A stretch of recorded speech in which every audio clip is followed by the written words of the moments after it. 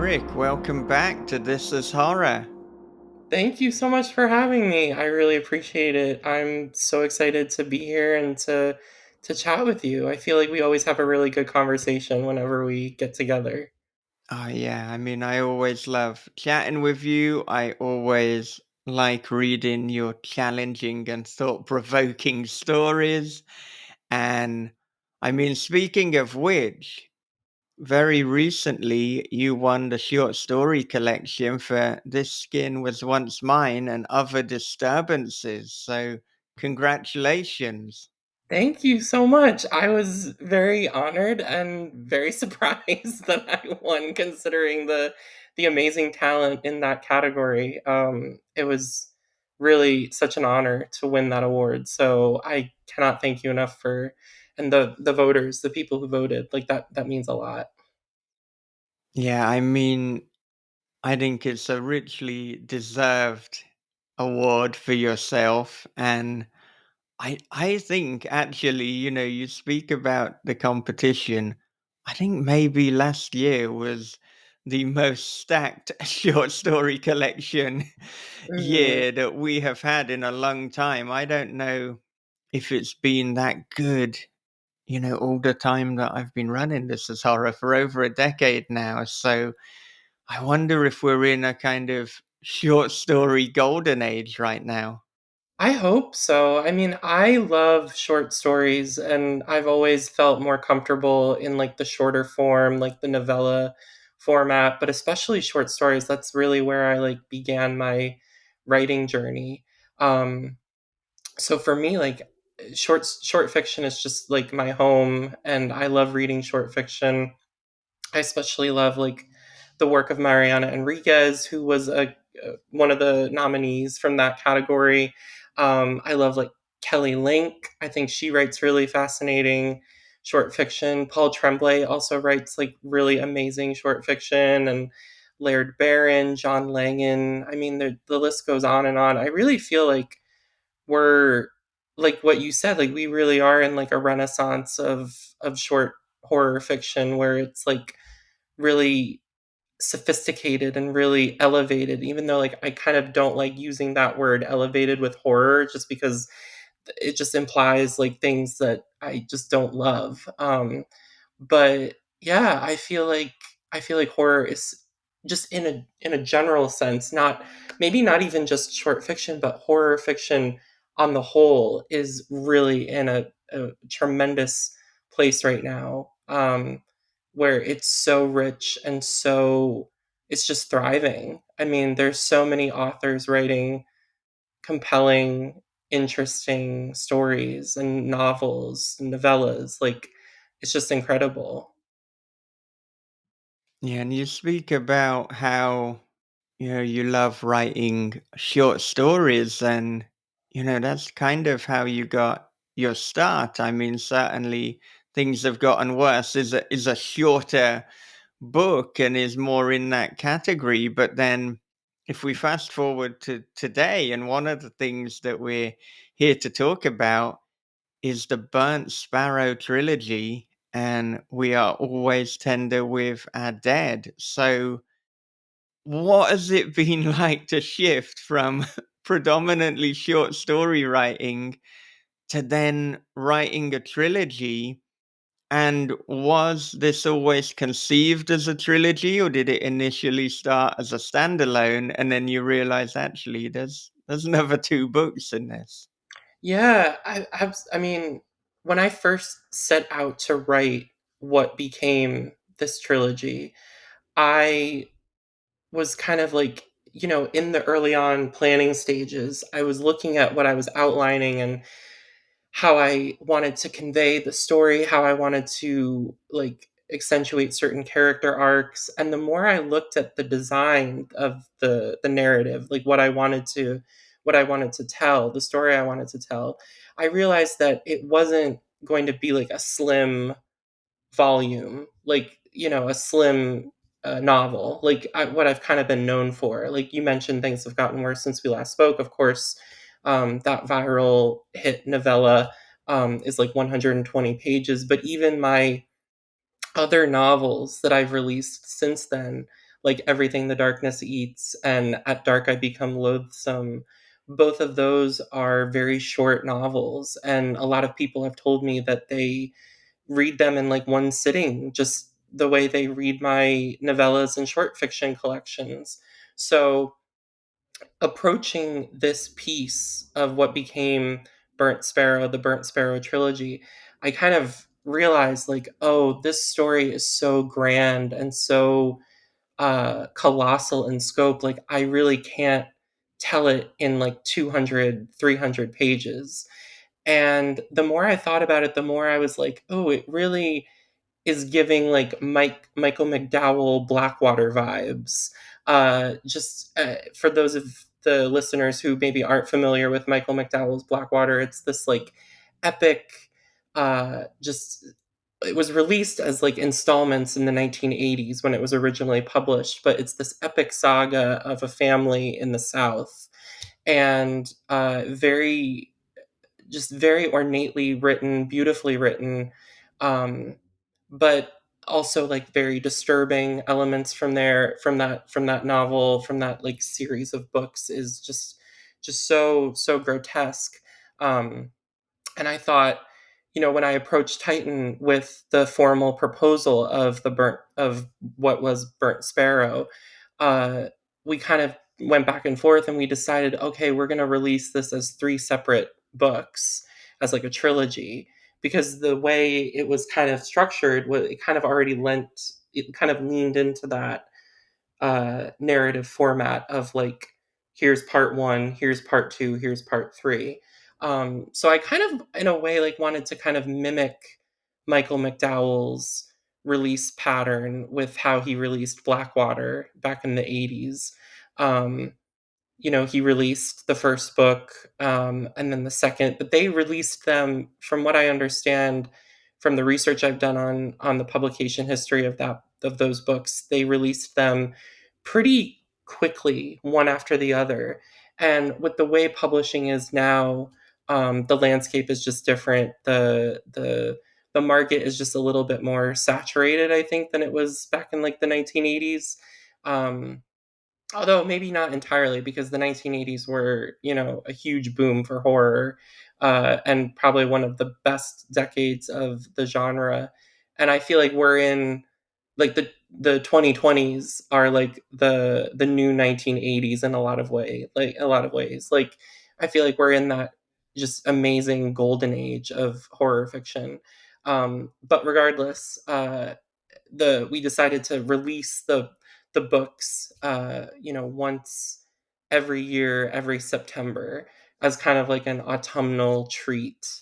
And it's kind of like, the more I thought about it, I would have loved to release the books as just one like sort of omnibus edition with like everything included in it, and you get the story, you get like 800 or 900 pages of the story that I've written. But the more I thought about it, the more I was like, I really do want this to kind of be like a slow IV drip.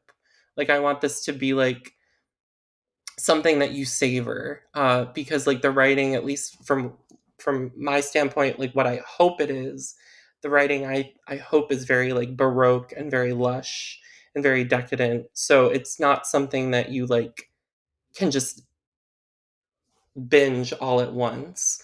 I feel like a book like this, or books like these, I feel like they're better off to be savored like delicately over the course of maybe 2 or 3 years. Um, so that's kind of like the genesis for the series. But to answer your question about how it's been shifting from short fiction to the longer fiction material, it has been a bit of a challenge, only just because my I feel like my brain is programmed to think in that shorter fiction format, and to think like, how can I tell this story as quickly and as effectively as possible in like as few amount of words as I possibly can. Um, because editors obviously don't love it when you go over word counts in like anthologies, or even like fiction collections. They don't want it to be like this sprawling like epic collection. um So it has been difficult to kind of rewire my brain and approach things a little bit more. I don't want to say like intricately or like conceptually, because I feel like my work has been intricate in like short fiction and has once I graduated to the longer fiction, I feel like it has maybe gotten even maybe more intricate. But um I think a way that I've kind of satisfied my yearning for short fiction is to kind of nest other little stories inside the narrative of the overarching plot. And I've kind of done this by threading different stories that like characters will tell one another in especially at Dark I Become Loathsome. That was one where I like threaded other, like I kind of layered other stories into the narrative. And then of course, We Are Always Tender with Our Dead. There's like the story that Rupert's mother tells him over the tape recorder. There's the story that Rupert tells. Well, I don't want to spoil it too much, but there's the story at the end that is kind of woven into the fabric of the narrative. So um, that's kind of my way of like getting what I really want, which is I really do love writing short fiction more than anything. And um, I don't know, I feel like short fiction is just the ultimate kind of form of horror fiction because it's very difficult to sustain dread and terror for like 400 or 500 pages. You know, I at least for me, like it's difficult for me to like capture a reader and make them really frightened or unnerved for a long period of time. I think the kind of immersive qualities of short fiction and novellas, I feel like it really lends itself really well to horror, especially. Um, so that being said, I'm obviously a very big supporter of short fiction, short horror fiction. And presumably because you're embarking on these more epic stories, you're not having a way to also write short fiction. So, I mean, for the Hmm. last few years, you've, released back to back remarkable short story collections, but I'm assuming that the short story collection mode is going to go on hiatus for the time being. Yeah, unfortunately, all of my like planned releases into like 2028, they're all novels. And I love writing novels. Like I really do love writing novels, and I love being able to nest shorter stories, like shorter works into the larger narrative. But uh that being said, like there's just not a huge market for short fiction, and there's just not a lot of like public appetite for that, which is really a shame because I feel like short fiction is a great gateway for a lot of readers to kind of introduce themselves to certain authors, get a taste for what an author is like, serving, what kind of author an author is basically. And it's a much bigger commitment to like sit down and read like a 300, 400 page novel as opposed to a short fiction collection that's maybe 200 pages, but each story is perhaps 10 or 15 pages. I think it speaks to our modern way of life where everything is just so fast paced and everything is just like go go go. It doesn't make sense to me how shorter fiction isn't like a necessity and like a publishing sort of there's like that need for it in publishing doesn't really exist the way I would think it might. Yeah, I mean, it feels like about 5 or so years ago, there was a little bit of an upshoot or an experiment with Kindle singles where you'd Mhm. have these short stories released as standalones. And, as you're saying, particularly with things being fast paced, with kind of on-demand video streaming services being more popular than ever, you would think, what, why wouldn't you want a bite-sized story? Why wouldn't people be kind of lining up to get a little taste?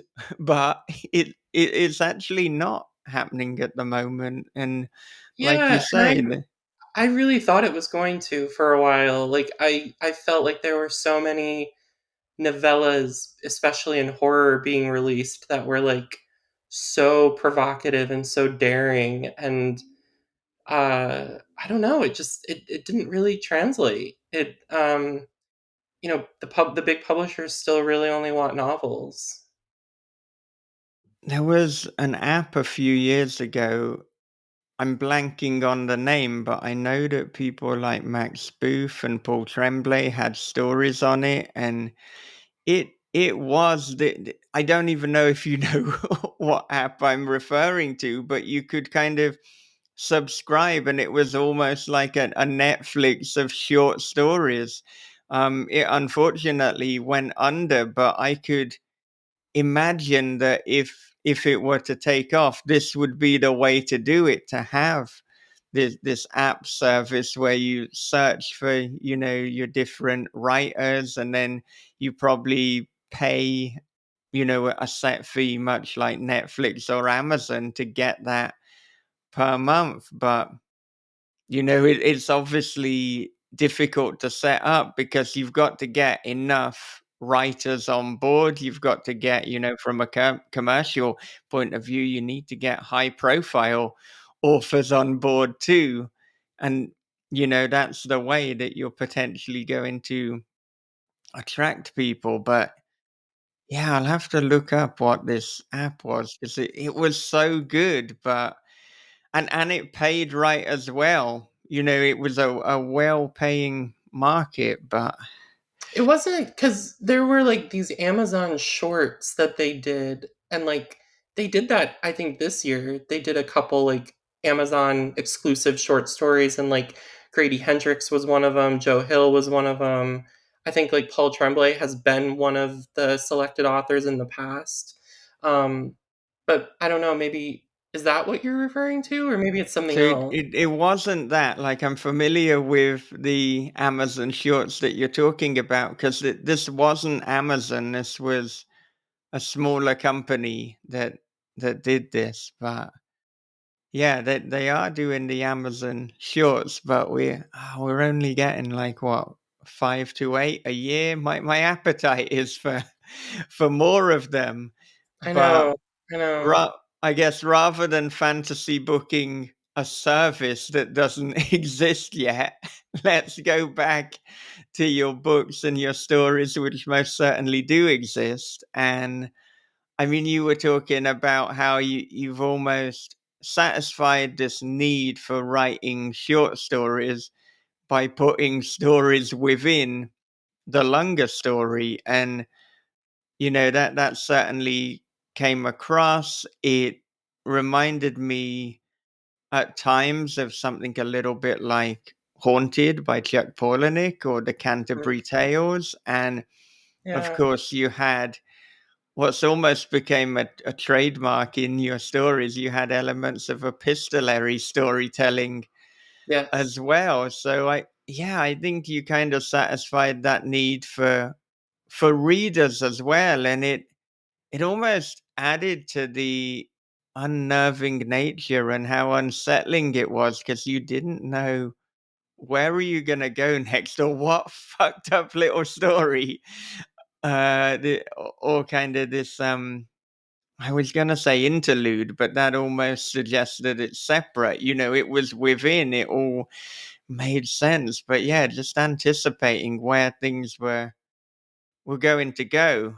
um Speaking of Chuck Palahniuk, he blurbed Wretch recently, and Yeah. so I mean that seems so apropos, because I've always thought that there's kind of a kinship between what you're doing and what Chuck is doing, and perhaps it has never been so apparent than with the first of the Burnt Sparrow books, because I mean, this I think is your most taboo of all your books. You went to places that we're just not meant to go. Society tells us you can't talk about these things. You certainly can't write about them. And that there's a story about, let's say, the brothers. Let's leave it Yeah, at that. And yeah, actually, what you were doing there was a big parallel between the, I think, two books back now from Chuck, Not Forever But For Now. And I yes. remember with Not Forever But For Now, he said, Chuck said he took us right up to the moment and implied what was going to happen. Well, Mhm. you took us right up to the moment and then explicitly laid out absolutely everything that did happen. Yep, exactly, exactly. I mean, I am a huge Chuck Palahniuk fan. I mean, he is, like, one of my favorite authors of all time. Him, Clive Barker, and Dennis Cooper are, like, the holy trinity for me for, like, transgressive fiction. So, when he blurbed Wretch, which is coming out next year in March, it was like I had been s I feel like I had spent my whole writing journey, like, trying to get his attention, and, like, now that it finally happened, it was just so gratifying and so fulfilling, but I respect his work so, so much, so deeply, and, um, he seems like such a lovely, wonderful person and just so genuine and very, like, giving, very helpful, very generous when it comes to helping out, like, newer, younger writers. Um, so I, like, love Chuck with, like, my whole being.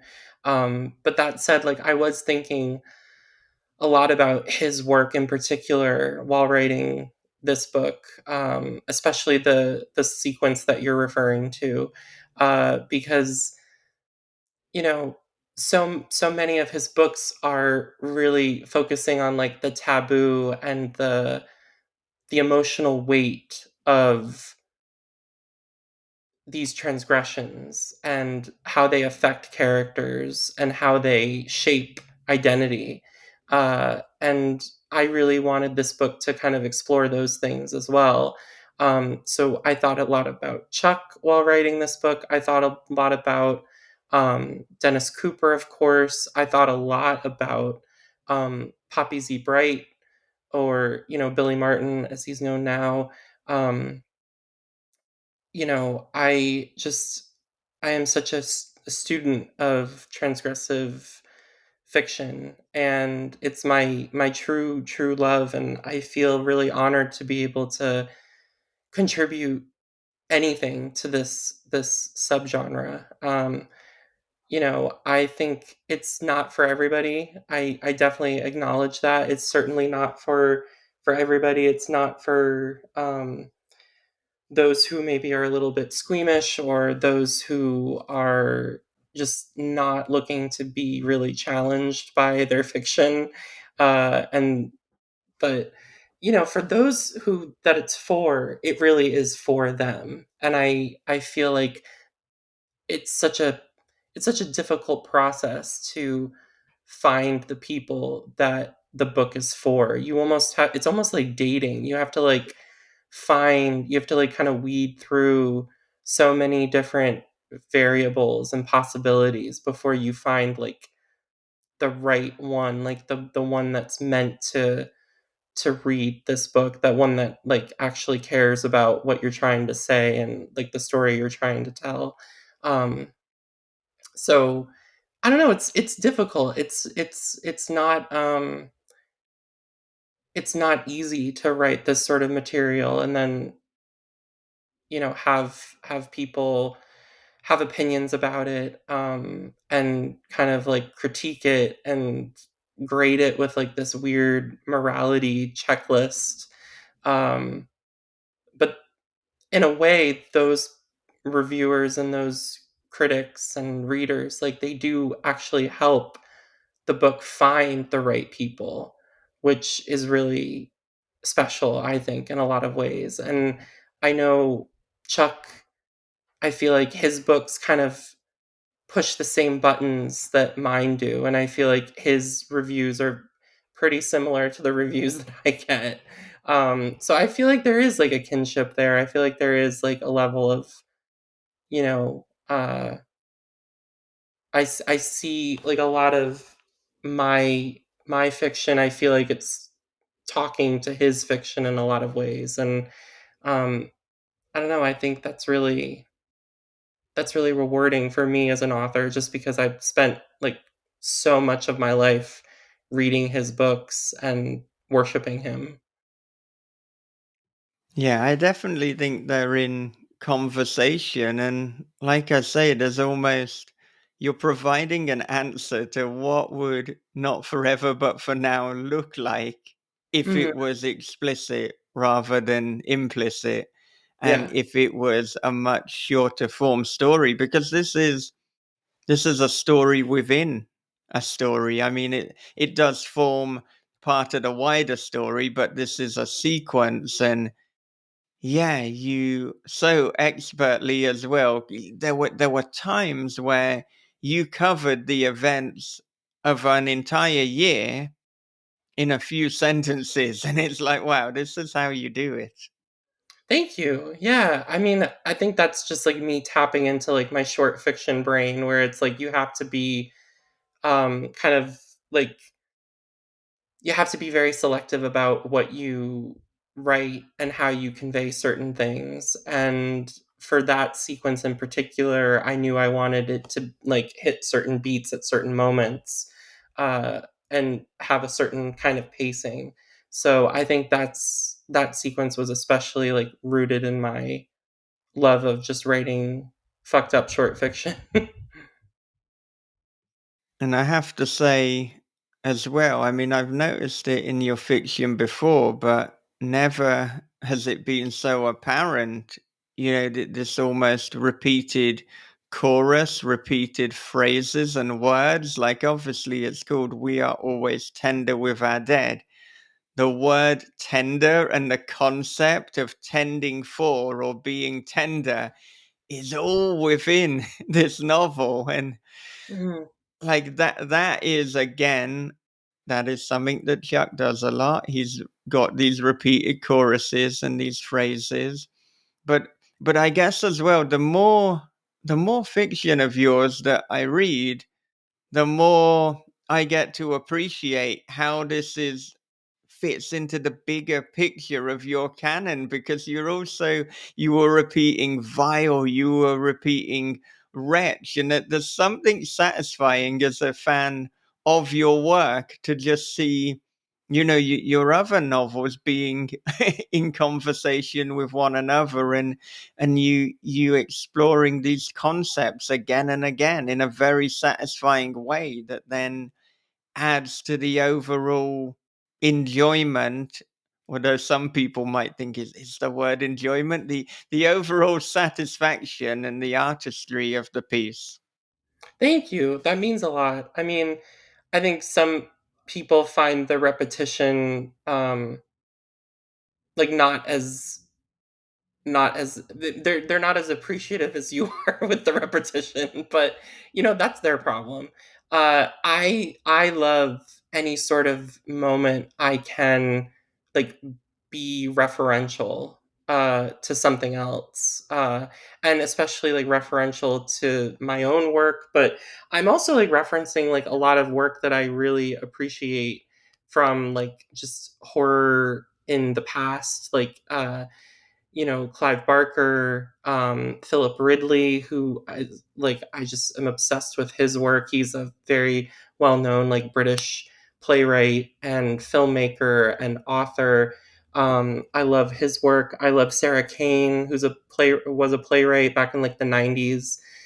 So like I love referencing material that I'm obsessed with regardless, but I do love like calling out other words and phrases that are like in my other books as kind of like a reprise of like a kind of like a chorus, like what you said, like it's just repeating the same sort of idea, sort of those notions.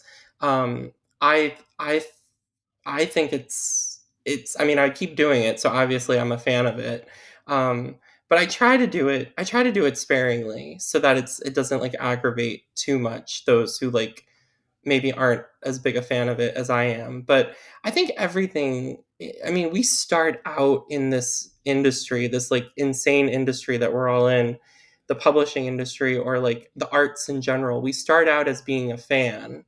We start out as being like an admirer of the work that exists already. So we start out admiring work by like Stephen King and Clive Barker and Robert R. McCammon and Michael McDowell.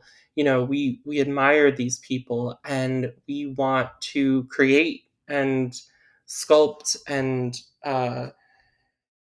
tell our own stories in our own ways. And I think there's no bigger honor that I can think of than to like reference something else, something that someone else has written in your own work, or reference your own work in your work. I know Richard Lehman did that quite a bit. He was like a splatterpunk author from like the 1980s and 1990s, and I love his fiction a lot. And that's also why I dedicate a lot of my books to authors who have like influenced me or have shown me like a lot of kindness ever since I kind of came into the industry. So for this book in particular, I dedicated it to Brian Evanson, who is probably one of the sweetest, most the gentlest guys you could ever come across. And he's also like one of the most skilled and talented writers of weird, uncanny, unnerving fiction. Um, but he's shown me like so much kindness ever since I first met him a few years ago, and I really wanted to like repay him in a way for that generosity, that kind of beautiful kindness that he showed me. And I hope he accepts the kindness the way I intend it to be accepted. Um, but yeah, I've done that with a few books now. Like At Dark I Become Loathsome was dedicated to Daniel Kraus. Um, The Skin Was Once Mine and Other Disturbances was dedicated to Paul. So it's definitely like a recurring thing that I really love to acknowledge the people that I do like to reference in my fiction and then in the interviews that I give about the fiction that I'm writing, because I feel like it's important to like spotlight other creators and kind of clue your audience into where you like get your inspiration from and how you source all of this like craziness inside like the maelstrom of your thoughts. Like I feel like it's really important to spotlight others during times like these. And with so many supportive writers and artists, and with so many people who influence your work and inspire you, how do you decide who to dedicate each book to? And is it more looking at who is a good match for that particular book? Or is it more looking at who is perhaps helping you out or inspiring you or is just on your mind at the time that you're writing the dedication? So I guess is it more matching them with the book, or is it just matching them with where your mind is at that point in your life? I guess it depends, but most of the time it's usually like matching them with the book and what I think the book is in conversation with. So for this book in particular, We Are Always Tender with Our Dead, like I said, I dedicated it to Brian Evanson. I don't necessarily think it's on the level of like Brian Evanson quality type writing, because he is just like a master wordsmith and just one of our greatest living storytellers we have. That being said, I was thinking quite a bit about his novel Father of Lies while I was writing the first draft of We Are Always Tender with Our Dead. And for those of you who don't know about Father of Lies, it was, I believe, Brian Evanson's first novel in like the late 90s, early 2000s. And it's this depraved sort of look at um, a like minister in the Mormon church and these like horrible goings on, and it's really all about like human cruelty and depravity. And I really did find myself thinking quite a bit about that book a lot while working on this novel in particular. And I thought, you know, Brian obviously has been such a dear friend, has been such a kind supporter of my work. I feel like maybe these books aren't in conversation directly with one another, but I feel like the overall vibe and the overall like aesthetic and the mood and the reaction that I'm kind of striving for with reaching readers, I feel like it's maybe on par with something like Father of Lies, which is just such a fascinating book and so just so beautifully done, and but also so depraved. And like I definitely cannot recommend it to everyone just because it's so unsettling and so not for everyone. But I feel like that's what makes his fiction so palpable and so exciting. His fiction is just so raw and like unflinching, especially that book in particular is like very raw and very upsetting to read. So I really thought that this book in particular was like in conversation with Father of Lies, just like indirectly, not like totally like speaking the same sort of language, but definitely like in the same room, like talking. Um, and yeah, I mean, that's kind of how I decided to dedicate this book to him. I mean, previous books like The Skin Was Once Mine and Other Disturbances, I had read obviously Paul's collection, The Beast You Are. I had read his other short story collection, Growing Things, and I was really enamored with his short fiction. And I felt like the stories in The Skin Was Once Mine, I feel like they were also like in that weird liminal space of conversation with one another, just like trying to communicate with one another, maybe not like directly but like slightly indirectly. It's like a weird sort of, it's difficult to describe, but I guess it is like kind of based off vibes, but also like trying to see like how I can pair this, like what I'm writing, with who's out there like writing interesting fiction that really speaks to me. Um, so yeah.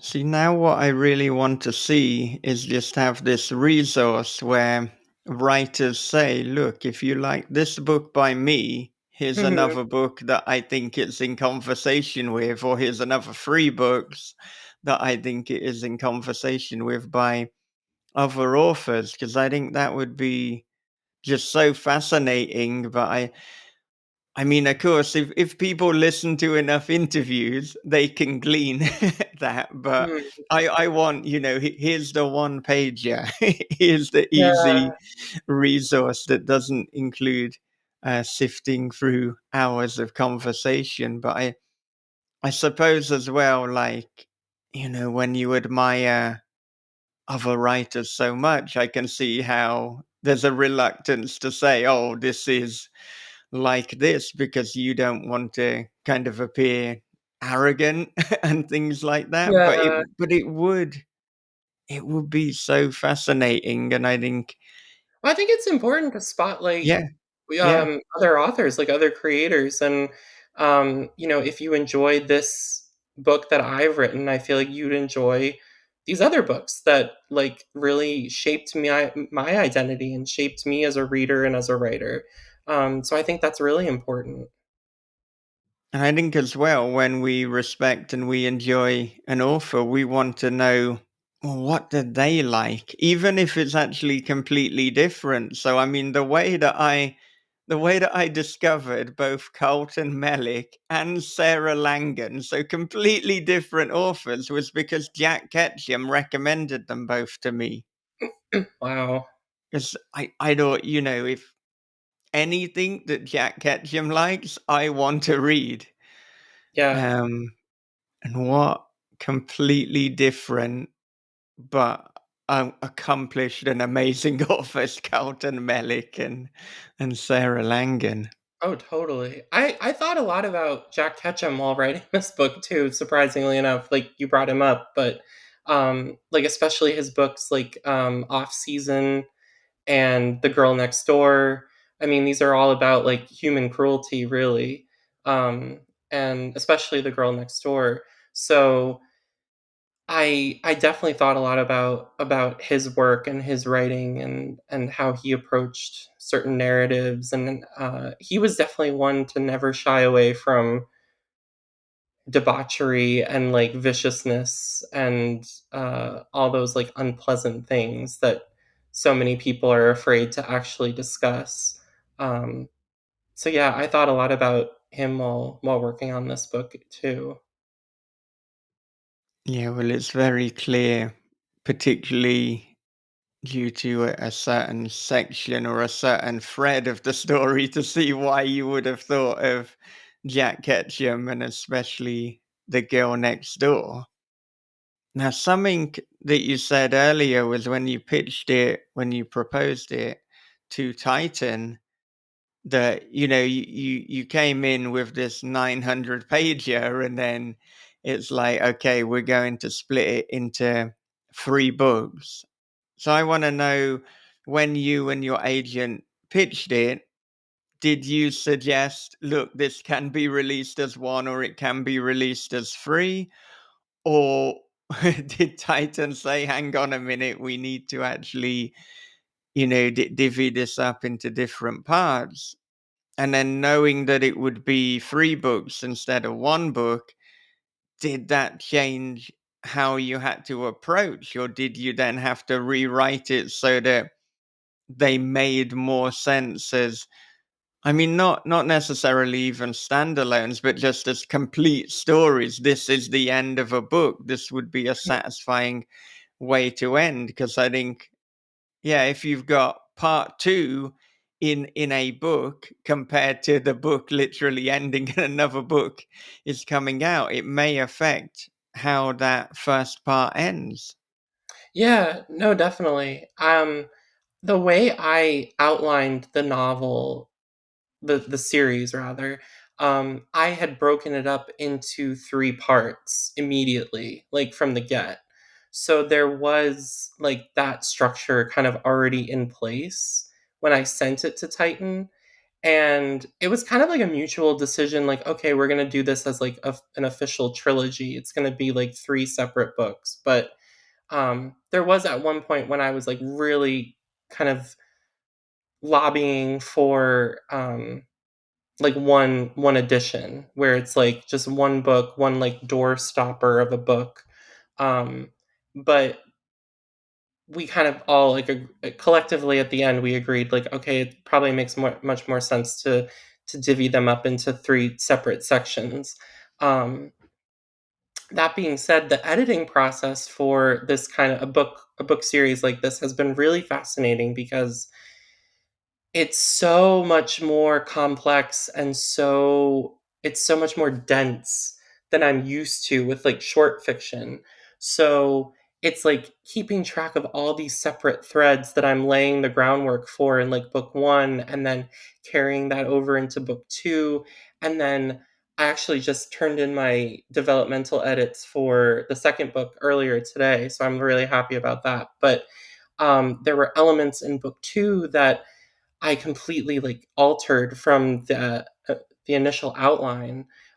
So that's going to obviously impact book three that I now have to kind of like rewrite a little bit and restructure. Not so much so that it like changes the vibe of the whole book, but it's definitely like I made certain choices in the second book that I need to like answer in the third book now.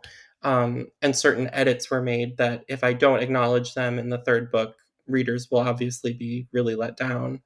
Um, so it's been like a really colossal undertaking, and I wonder how different it would have been if we just edited the whole series as one thing as opposed to three separate things. Um, that being said, it's kind of opened me up to like all of these new possibilities, and I've gone down different paths, especially in the second book that I wasn't expecting to go down. And for me, it's made it even more interesting and more compelling than when I originally approached Titan about a project like this. Like, I went into places that are so much darker and so much more taboo than the first book, even with the second book. And I don't want us to get ahead of ourselves because I'm sure I'll be back to talk about the second book at some time. But yeah, it's been wonderful actually. Like to work on a book, on a series, on this giant mammoth book broken up into three separate sections. Like it's been a joy to work on it so methodically and so like slowly over the course of several years, where I feel like if maybe we had approached it where like we released just one like omnibus edition with all three parts included together, I don't know if it wouldn't have turned out the same, you know. It would have been a completely different book. So I'm actually really happy with how the trilogy is like progressing now. um, Especially now that I've worked on the second book, like, and that's finished. And then, the third book, the first draft of it was finished a while ago. But that being said, I need to go back and like rewrite a lot of elements that I made changes in book two. Um, but that being said, it's been such a joy and such an honor, and it's been really great to work with two editors at Titan as opposed to just my single editor that I usually work on for like all my books there. So I've had the pleasure of working with Kath at Titan for a while. And now I'm working with Kath and George. And George is like the managing editor, and he edits like Stephen Graham Jones. And he's just like one of the coolest and most like thoughtful and most insightful editors I've ever worked with. And he really like they both do. They both give me like really great feedback and provide like such thoughtful discussion of my work, where it's like, what are you trying to say? Like, how can we do this better? Like, how can we improve this? But they also give me like ways to improve it, whereas they're not just like asking me questions and saying, all right, go figure it out. Like, they're thoughtfully asking and then like positioning certain like options and certain like ways to make it better. So they're giving me like almost like a cheat sheet in a way, like here's what you could do. Like, and they're good to like bounce ideas off of. And I feel like George was such a crucial component of why the first book, I feel like, got such really great trade reviews from like Publishers Weekly and Library Journal and Booklist. Like it got like two starred reviews, I think, like one from Library Journal, one from Booklist. But I feel like it was, and Kath even said this to me the other day. She was like, I feel like this book was like one of your most well reviewed books that you've published with us. And I feel like that is true. Like, I feel like it has like leveled me up in a lot of ways. Like I feel like, but I think the slowing down and like distilling it into one book as opposed to one giant epic really helped me navigate the editorial process even better and just like much more like smoothly. And on the note that you're working with two editors as opposed to one, I'm wondering, what does that logistically look like?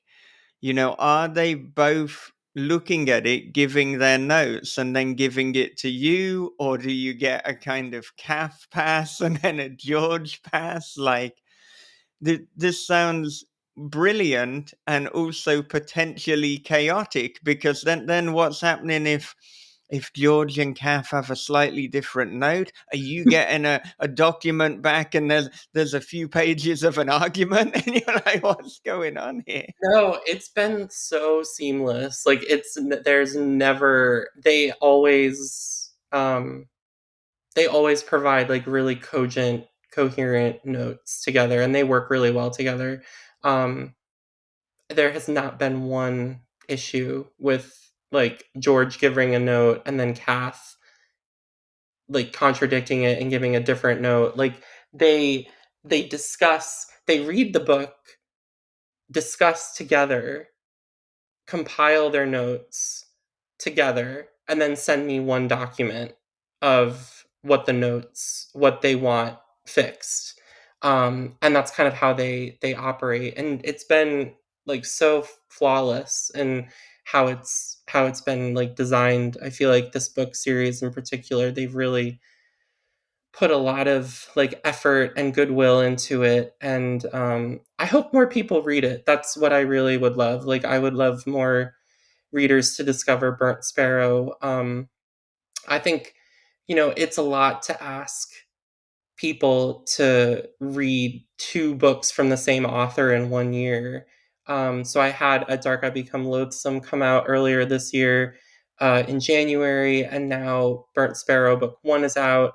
Um, two books a year, like it's possible, but it's difficult to navigate, and sometimes people get confused and they don't know which book is which. Like they don't know, they're not paying close enough attention. They don't know if like this is the Burnt Sparrow book or if this is the standalone, like, you know. Um, but yeah, I feel like so much love and care and effort has gone into this book series so far. So I would really love to get more people like aware of it.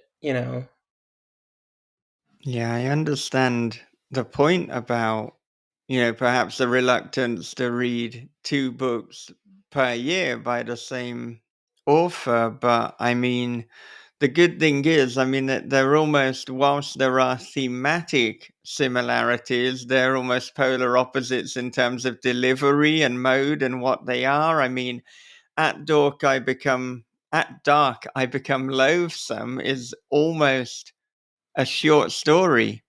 I mean, it's a book, but it's very much. It could be a play. It could Mhm. be kind of this is a stage play, whereas if that's your stage play, then Burnt Sparrow is your opera. It's throwing Yeah. everything into it. So, I want there I to be mean, a Burnt Sparrow opera one day.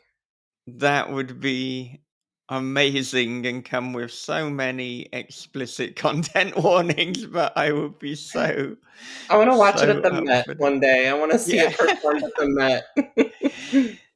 But I mean, I think too, as well, when I think as authors, we have this concern: are we giving people too much by releasing two books a year? But as readers, when we love an author and an artist, it's like, yeah, give me more, please do that. So I feel that way too. I mean, one of my favorite artists, my musical artist, released two albums this year. Her name's Ethel Kane. She put out an album in January called Perverts, and then another album later in the year called Willoughby Tucker, I'll Always Love You. And they're like polar opposite vibes. Like one is very like dark, brooding, like drone music. And then Willoughby Tucker is this kind of like still dark, has darker elements, but maybe like a little bit more ethereal and just like uh, just stunning. Both of them are stunning. But I write so much. That's the problem. Like I am always writing. I'm always creating. I'm always at my desktop writing, typing away, creating something. And because that's when I'm happiest. Like I'm happiest when I'm creating and writing new stories. Um, so it's really difficult for me to just like sit on my hands, which my agent does tell me to do quite a bit lately, just because I keep getting like pursued by other publishers and we would love to work with you on this, and we'd love to have you write a novel for us, and like commissions and short story invites, and which is great. Like I appreciate all of it, but um I just don't want to reach a point where like it's too much. Not only for me, but for like the readers. Because my material is like really dark and upsetting. So uh I think 2 books is like the most I could probably do in a year. Yeah, I feel like, I mean, this is a dilemma that quite a lot of us have, particularly if we're, I suppose, fast writers, which there's almost a reluctance to say that because a fast writer, it doesn't mean that you're rushing it. It doesn't mean that it's not considered, but it just, I guess, just the absolute enthusiasm and obsession that we have means that the volume of words and works are going to easily several times over exceed this bizarre one book per year model that at some point somebody set up and decided. But I do think having that dilemma, and Stephen Graham Jones, I think, has it because he's a very prolific writer. I think Josh Malaman has it, and it does seem to be that the 2 books per year is that kind of sweet spot for the, I guess, most to put out and to still be effective. So, and also, like you say, if you're doing something where each book is operating on a different level, you've got your longer one, you've got your shorter one, you've got your drone album, Yeah, whatever it is. Just if yeah. there's a contrast, then that makes it more acceptable. And for some reason, at least in my mind as well, and I don't know if this is just my bizarre way of thinking, but once the calendar changes to a different year, it's anything goes. So you've got Wretch coming out in March. Hmm. This one, Burnt Sparrow, was out in September, but almost to me, it could have been out in December and it would have been fine because now it's a different calendar year. So Yeah, you got it's like a clean slate. acceptable. Yeah. Yeah. Yeah. I mean, if you did last day of December and first day of January, it might be the contradiction. But I think even December, February is completely acceptable. There's some psychological shift and new beginning. And I suppose practically for awards and any other sort of consideration, it kind of resets after a year anyway. Yeah, it does. I don't know. I feel like 2 a year is manageable for me right now, and um that's still with me sitting on my hands quite a bit and not putting out more, because I mean, you have to remember a lot of my works are still somewhat short. Like Burnt Sparrow book 1 is 75,000 words. At Dark I Become Loathsome was 45,000 words. So At Dark was like a very short novel. Um, Burnt Sparrow book 1 is a lot longer, but I'm still not writing like 100,000 word novels, you know. I feel like that's yet to come for me. I feel like, maybe further down the line. And on that note, and we talk about, conflicting books and awards and things like that. So, with one being 45,000 words and another being 75,000 words, this means that you're in this situation. And I think it might be the first time in your career where you've got 2 books that will be eligible for the same award. They'll both be up for consideration in a novel of the year category in pretty much every major horror and fiction award. So I don't know, is that a funny place to be? Is it something you even think about a lot? Is the ideal situation that actually both will be nominated but for different awards? So you've got maybe like a Bram Stoker for for Burnt Sparrow. You've got At Dark I Become Loathsome is in the Shirley Jackson Awards. Yeah. What does one even do, and what do you even do when you have to promote award season? Yeah, it's difficult. It's something I do think about quite a bit just because it is so, like, impossible to manage, because it is 2 novels vying for, like, the same category, and obviously, I feel like this year was just, like, one of the best years for horror we've ever seen. I feel like 2025 was, like, on crack when it came to horror, like, we just had, like, the most, like, exciting releases published this year, so it's, like, very stiff competition. Um, that being said, I think what would make sense to me, going forward would I would love to have, like, 1 novella a year and then 1 full-length novel. I feel like that would be, like, the perfect balance. That being said, everything I have contracted from now until 2028, they're all full-length novels. So they're all, like, they're every single one is at least 65,000 words. So they're like usually in the, between like 65 to like 75,000 words. Um so that being said, like it is difficult to kind of like operate that way and think about like award season, but obviously at the end of the day like awards are wonderful and they're great. They're respect from peers and their validation, but they're certainly not why I sit down every day and write at the computer. They're not why I, find myself obsessed with telling these kinds of stories. It's amazing when you are recognized and when you are validated, but um, it's not. It's not like the most important thing ever.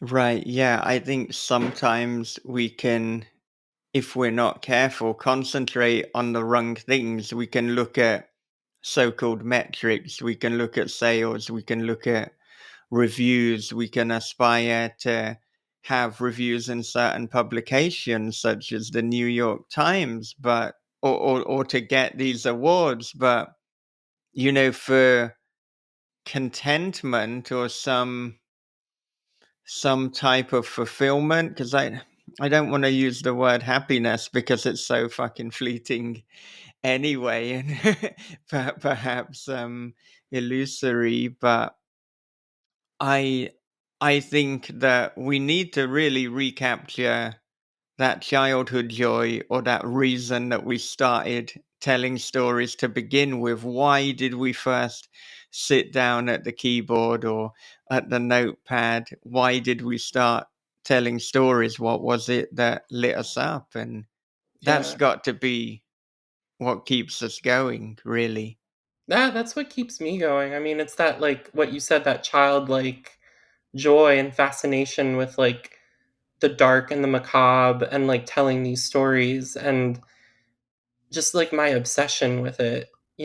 I just am like so motivated and so obsessed with writing about unpleasantness in the world and like human cruelty. Like I don't know what I would do with myself if I wasn't able to write about it. And that's why it's so painful to sit on my hands so much and not, release as much as I want to release. But that being said, like 2 books a year is more than fair. Um, but I'm just like so driven and so motivated that I just cannot stop writing. So we were talking before about releasing this as three separate books, but obviously it's a continuous story. I'm wondering though, as it's being released as three books, and some people, for whatever reason, they like to read out of order, was that ever a consideration? Do you try to make book two and book three something that could be read as a standalone or could be enjoyed in that mode? Or do you not consider that at all? And you're like, look, this is a series. Why would you do that? Yeah, I mean, readers are gonna approach this however they're going to approach it, and I respect whatever choice they make, however they want to engage with this kind of art. That being said, I would obviously prefer them to read the books in order: one, book two, book three. That being said, I mean, there are people that will probably read book one, they might not come back for book two. um, and then there are people that will probably like come in to the series a bit like late, and might even mistakenly buy book two without having read book one. Um, Personally, the way I've structured it, the way I've like built this narrative, uh, from my vantage point, I feel like any book of the series could be enjoyed as an individual installment. So without getting into too much of like spoiler territory, book two takes place 10 years later after the events that occur in 2003 and 2004 in the first book. And then book three takes place 10 years on from the second book. So it's not like we're going directly from one event in one book to the other. There is like a lot of space between these narratives, and there's a lot of like breathing room. So that being said, I feel like if someone were not familiar with the first book, if they did pick up the second book, I feel like they would absolutely be able to kind of glean things that occurred in the first book from reading what I've created in the second installment. Um, and there might be some folks out there who maybe are hesitant to read the first book and the second book until the third book comes out, and maybe they want to read all together the series like as just this one giant mammoth book, and I respect that too.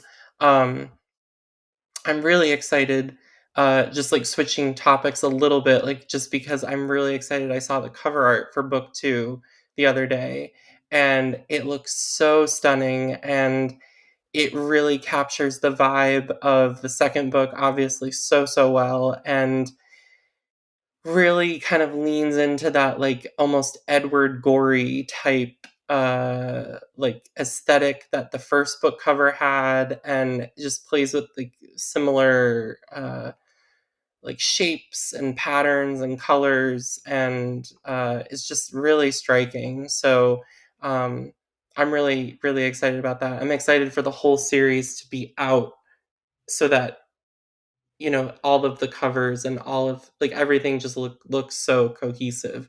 Because I feel like one of the big things is like one of the big criticisms of the first book is like none of this makes sense. Like none of it like kind of is tying together yet. And I get that. I understand the frustration, but I also like y'all need to just let me cook and like let me create and let me do my thing, and I promise it will be well worth the wait once the entire series, like once everything comes together.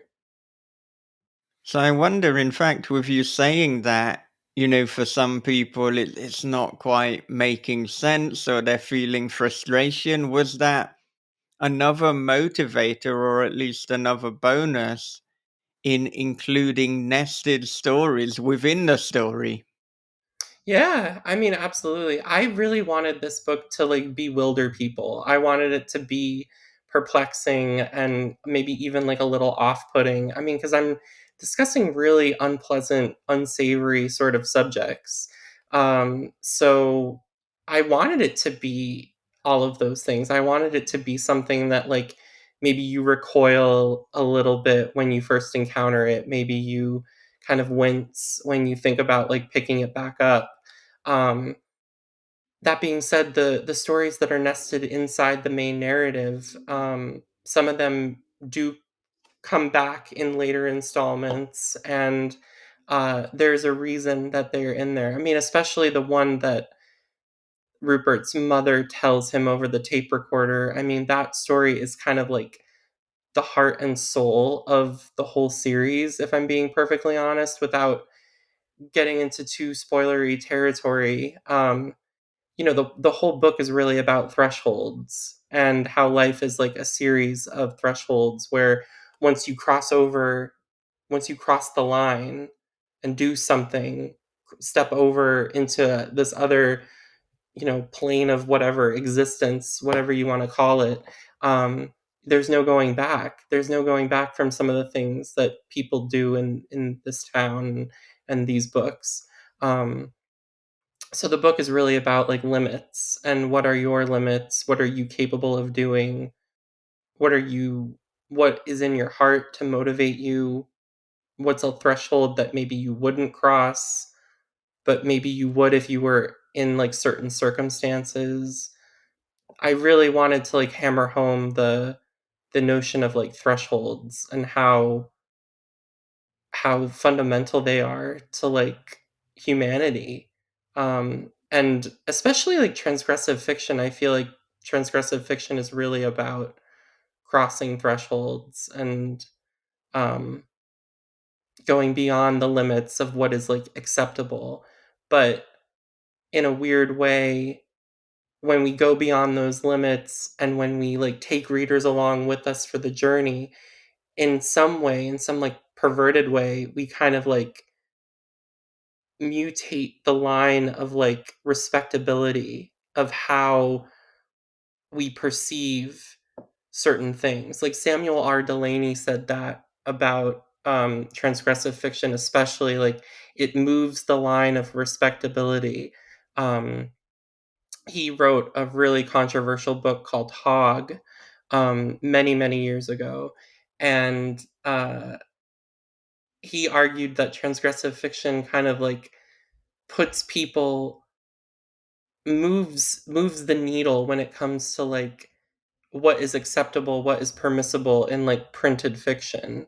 If you're willing to accept this, maybe you can go a little further and then go further from there and then go further from there. So it's really fascinating to listen to him, and I definitely agree with what he's saying. Well, I said at the start that this may be your most taboo of all your books, and I think it's almost as if with each release you do try to push that threshold a little bit further. So it's not even just within this single book, but this is kind of the trajectory of your career.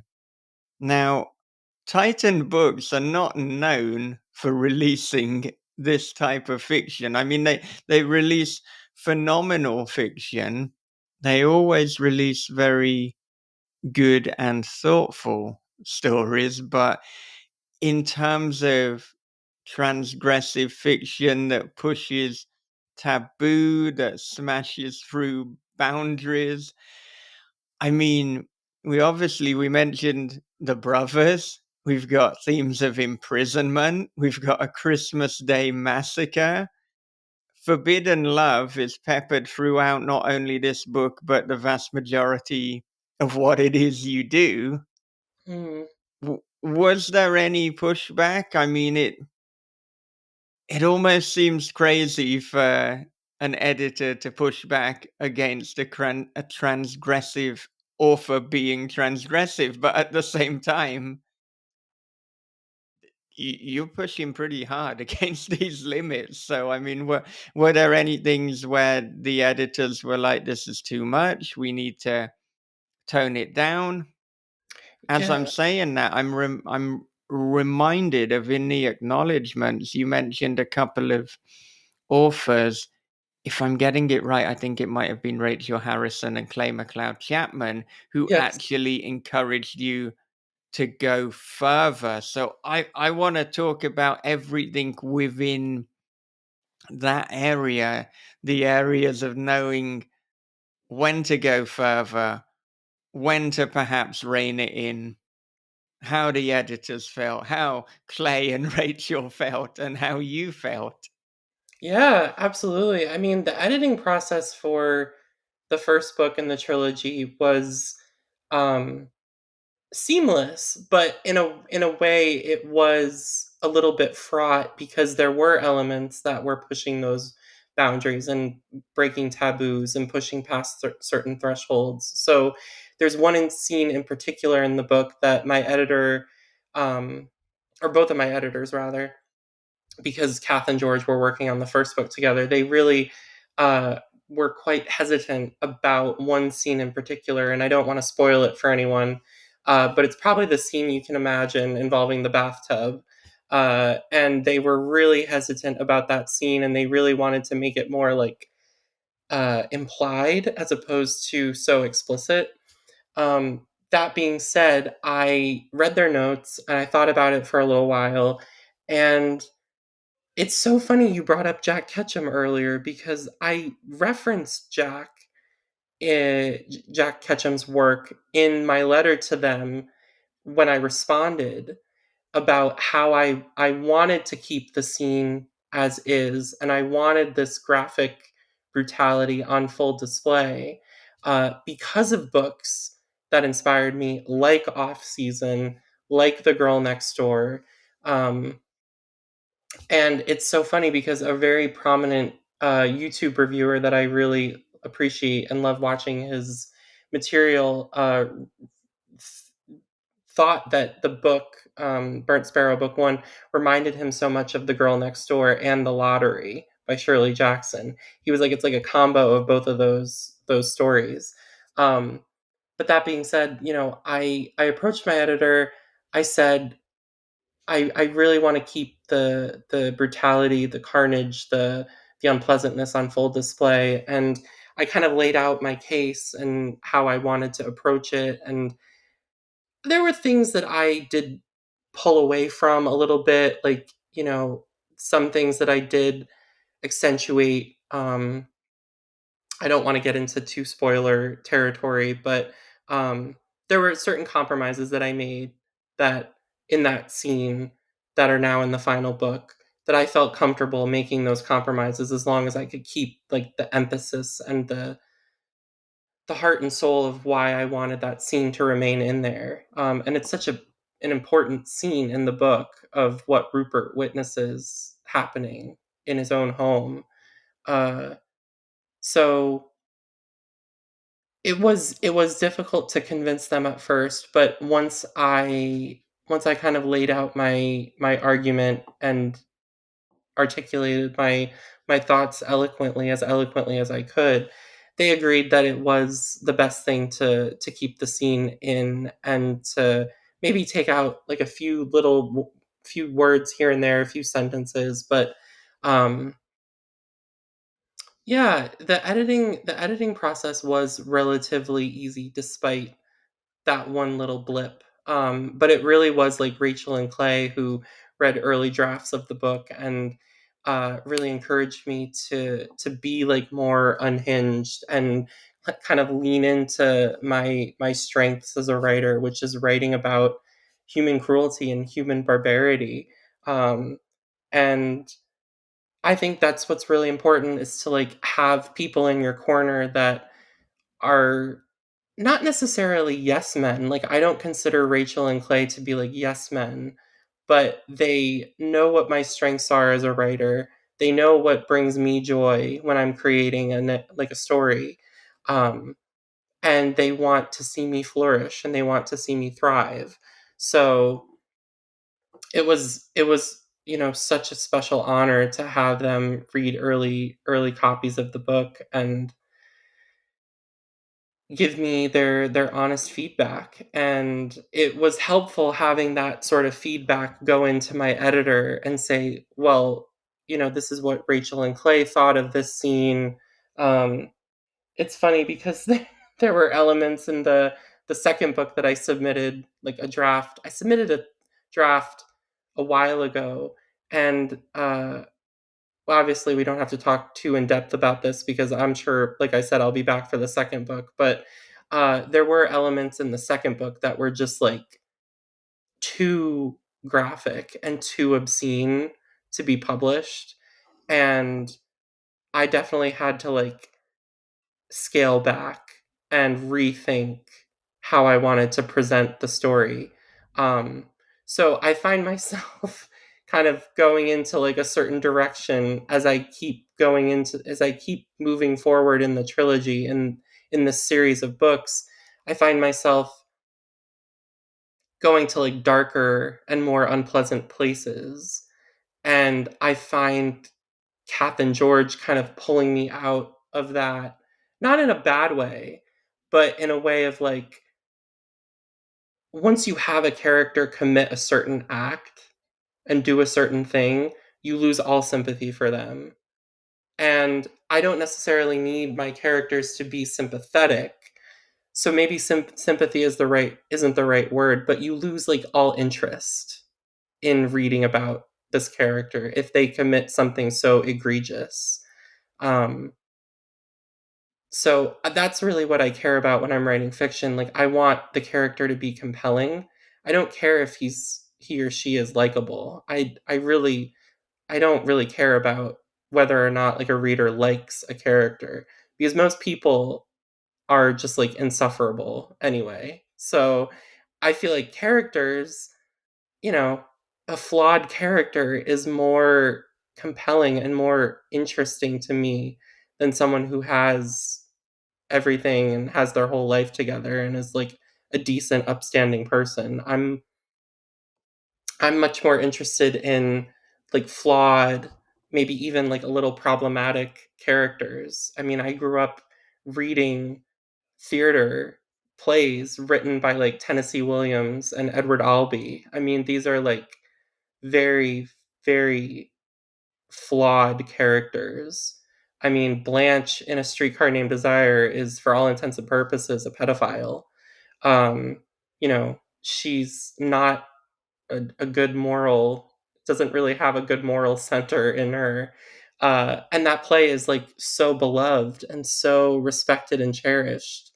Um, so all that to say, I I found the editing process for this book in particular, We Are Always Tender with Our Dead. It was a rewarding process, but it was like an arduous process in a lot of ways. It was easy to navigate, but it did it did take a little bit to like get it right. And the second book has like the same sort of not issues, but the same sort of process has happened with going back and forth. Like, is this too much? Is it crossing a line? Um, and you explained it before. Like, Titan really isn't known for putting out deeply, unapologetically transgressive work. They're more. I feel like they're more. Lately, they're more interested in publishing like gothic sort of fiction. Uh, they're really interested in like obviously queer voices, especially marginalized voices, but I see a lot of like gothic, overtly gothic fiction coming out from them. So it's interesting to be one of the few authors in their and on their roster that's like publishing extreme transgressive sort of queer fiction. Yeah, and I think it's interesting to hear that perhaps while writing book one that you did hold back a little bit, particularly knowing with, the book that you put out with Clash, Everything the Darkness Eats, that you had a moment where you regretted not going far enough, and then you re-released the version that was truer to what you wanted to achieve. So, I mean, I'm wondering, and it might even be impossible to know really, but can you pinpoint why it was that you initially held back? I mean, have we kind of answered the question? Is it because Titans simply are not known for this? And so there was reluctance on that part until they gave you the permission to be unapologetically you?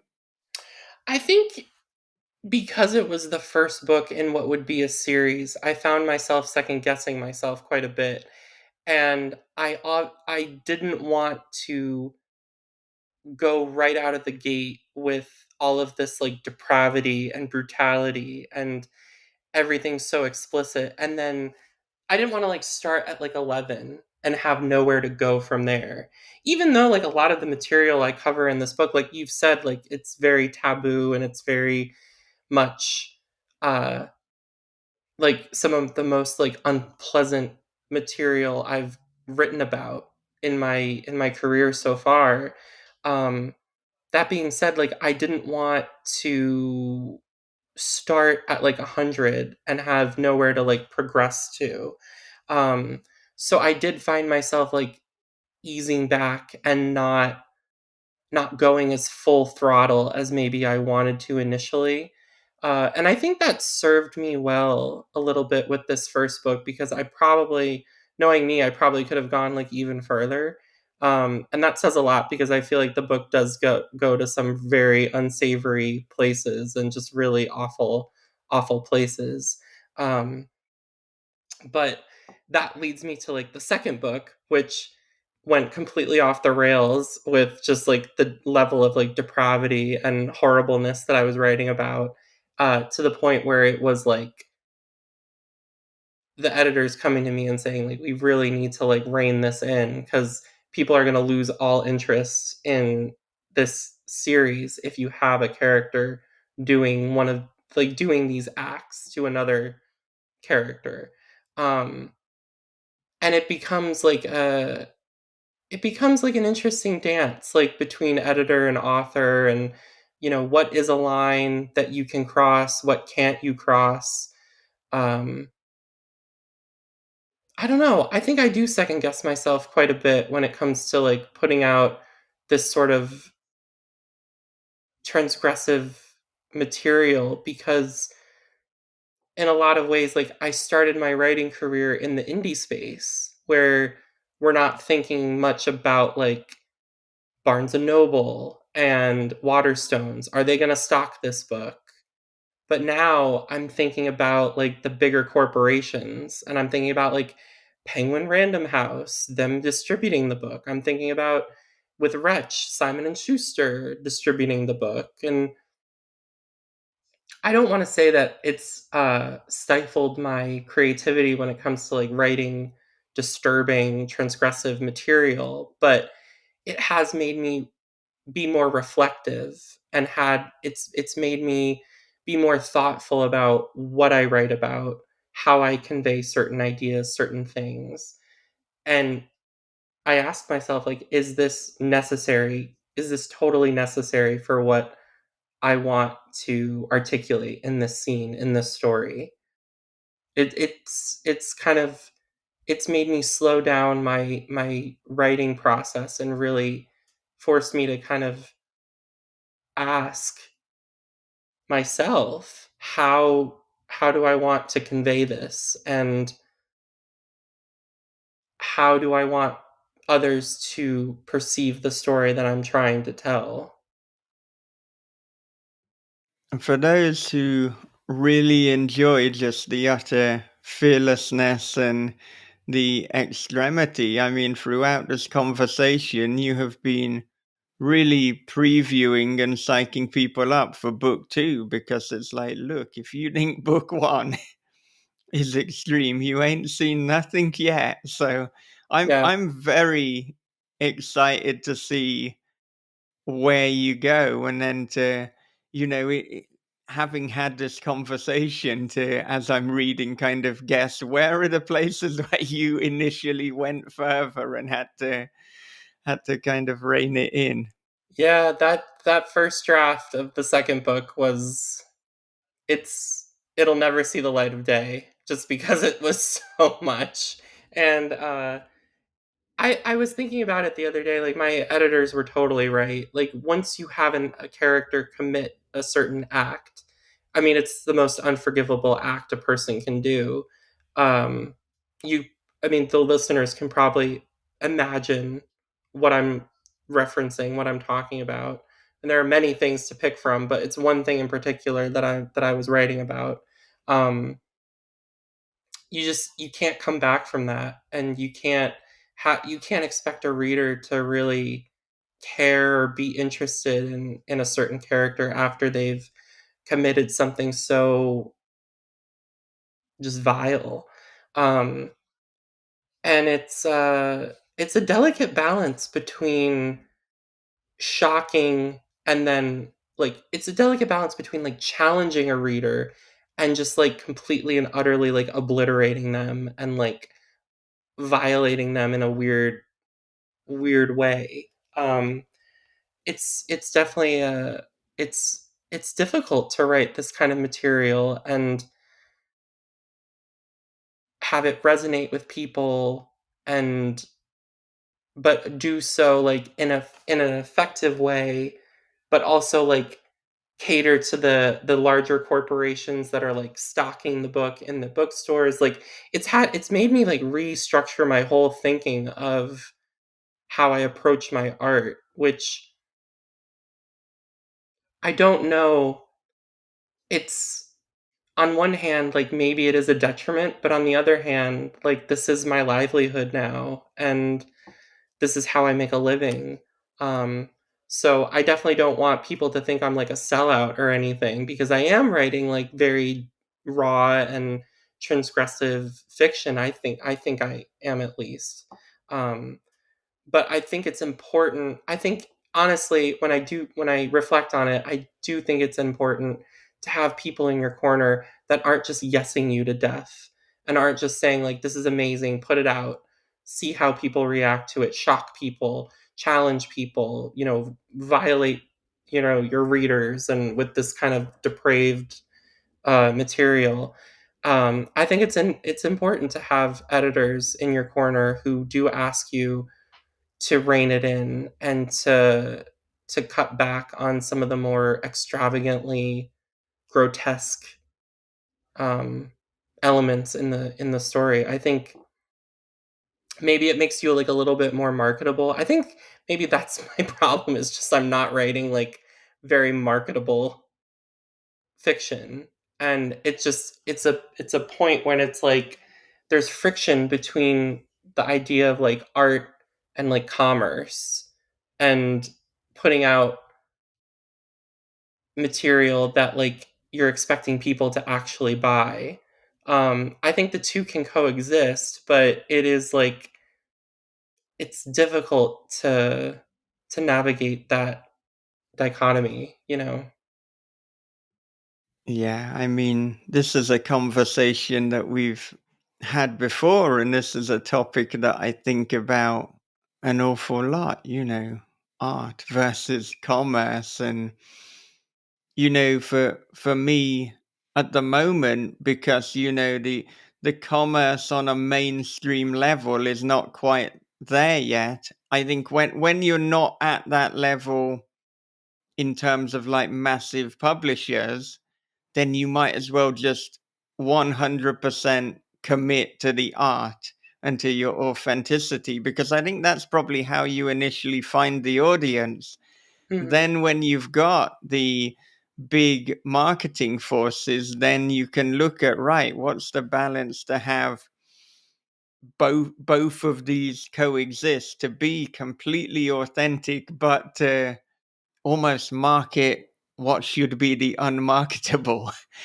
um but I guess my fear, and from watching how other people kind of approach it, I think if you start to rein it in before you've got the commerce, you might never get the commerce, because the way that you will be noticed and respected and get your audience is through being authentically yourself, to begin with, which of course is not to say that you're not then not authentically yourself. It's just a different mode. But if you're self-censoring before you've got the big publisher or you've got the agent or the marketer, well, now you're second guessing. So it's like you actually need this other person to tell you. You can't be the one inventing someone telling you who doesn't exist.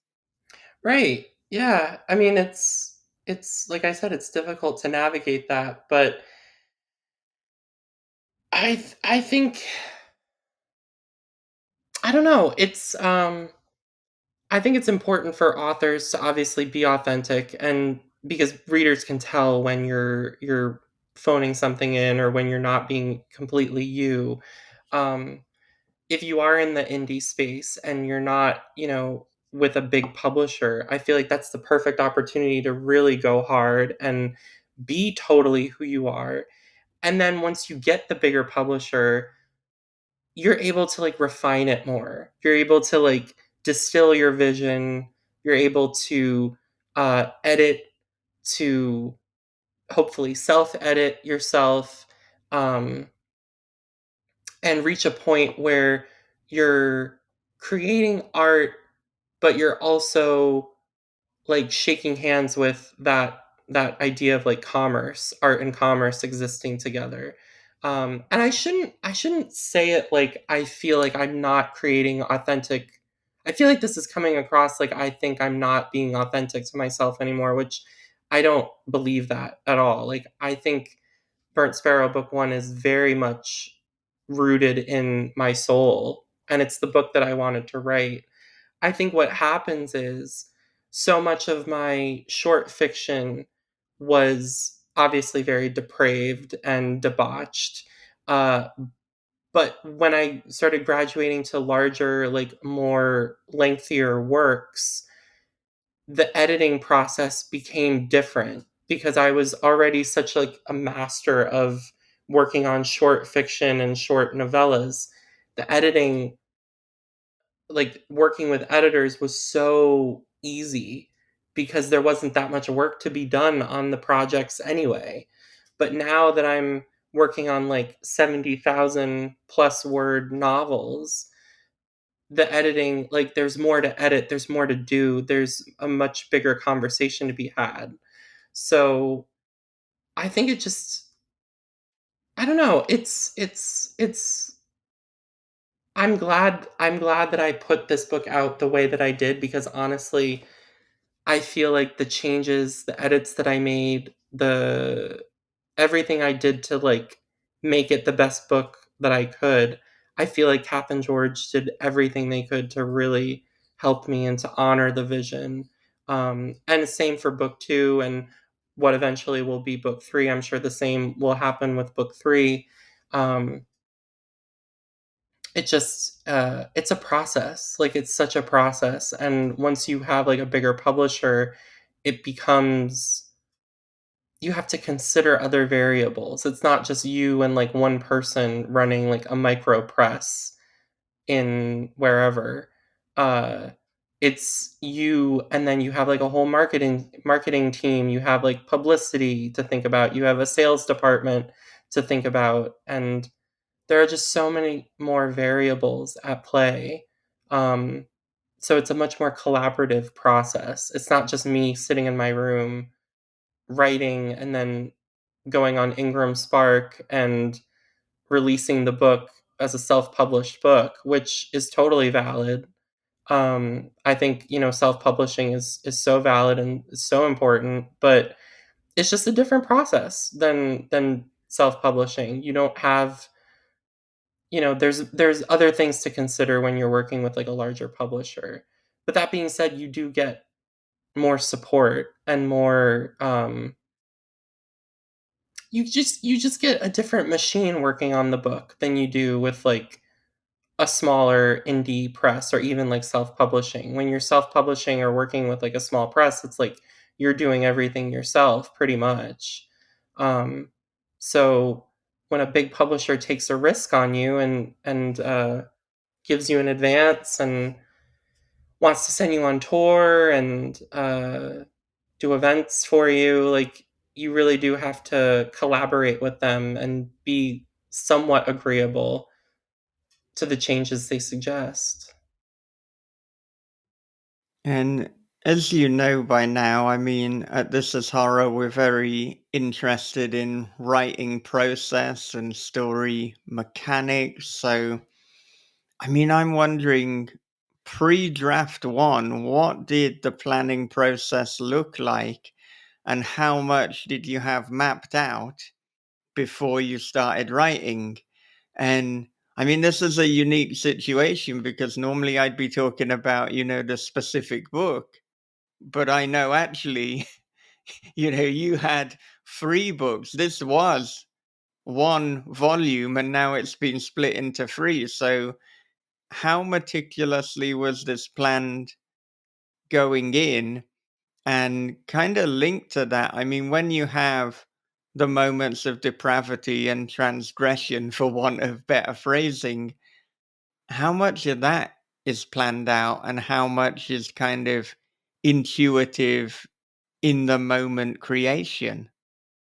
I'm glad you said intuitive because I feel like a lot of my artistic process is a lot of like intuition. And I know like one of my favorite filmmakers was David Lynch, and he operated a lot with intuition. I remember watching like a lot of interviews with him where he was talking about like an artist's intuition is their greatest gift, their greatest strength, because it's like that sort of feeling of knowing what's going to work and what's not going to work. And I feel like I kind of operate with that same, I'm not saying I'm like on David Lynch's level, but I definitely operate with that same sort of thinking. Like it is intuition based and it is like a vibe, an aesthetic, whatever I want it to be.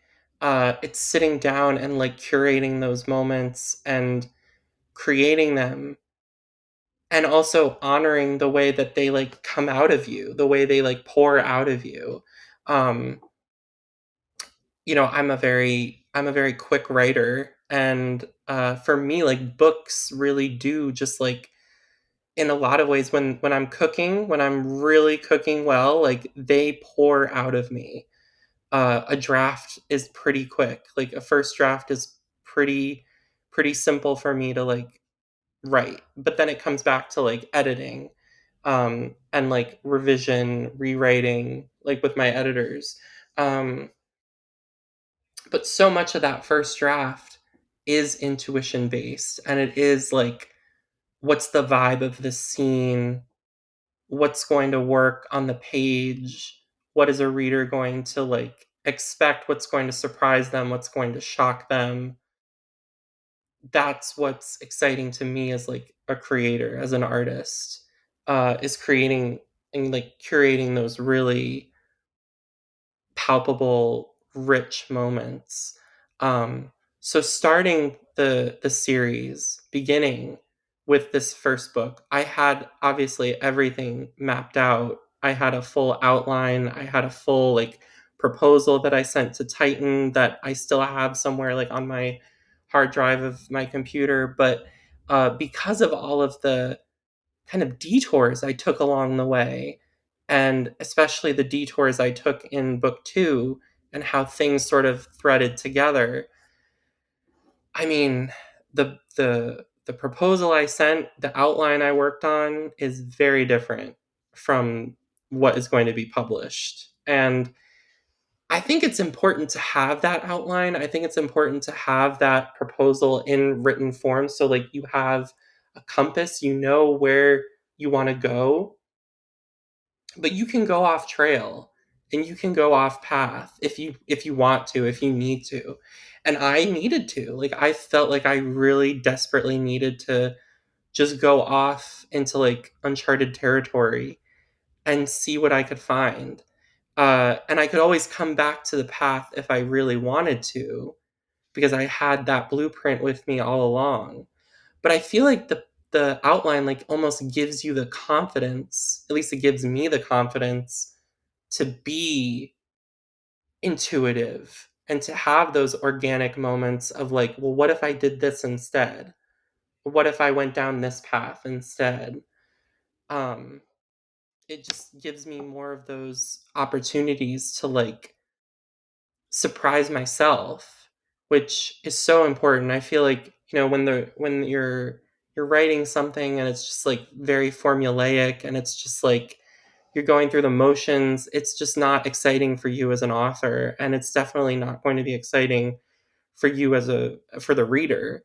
But when you're able to like surprise yourself and take a change in the direction of whatever narrative you're telling, and you surprise yourself, you shock your system. I feel like that's when you're like really cooking with gas. I feel like that's when you're like really leaning into like your storytelling, like your chops, like what you're capable of doing, what you're capable of how you're able to like perform. Because all of this really is like a performance. writing really is like a kind of performance art. Um, and it can be unexpected and it can be messy and like problematic. But for me, it's really important to have that blueprint early on. So that way I just have like it to kind of clutch if I take a turn and it's the wrong turn and I'm met with like a dead end. It's important for me to have that backup plan just in case. But like I said, the proposal, the outline for this series is so vastly different than what is going to be published, and I'm really glad that it's different because it's so much better, I think. And it's an interesting situation to be in because you presumably sold the book, the free books, on the basis of the proposal, but then what you turned in is vastly different. Now, I believe that in the publishing and the fiction book world that there is certainly a lot more flexibility than, let's say, in filmmaking. I think if you had, your treatment and then the script was vastly different, there could be a problem. But Yeah. what was the response from Titan? You've sold it on the proposal, then you've turned something in. It's different. Was there any concern or comment, or because the vision was better realized, was it just, well, this is a great story? Yeah, it definitely was like I think it maybe was surprising for my editors when they got the first draft of like the first book and then the second book especially because it really deviated in the second book. Um but they were totally game and they were so like appreciative and supportive of the changes, the edits that I made to the story, the actual narrative.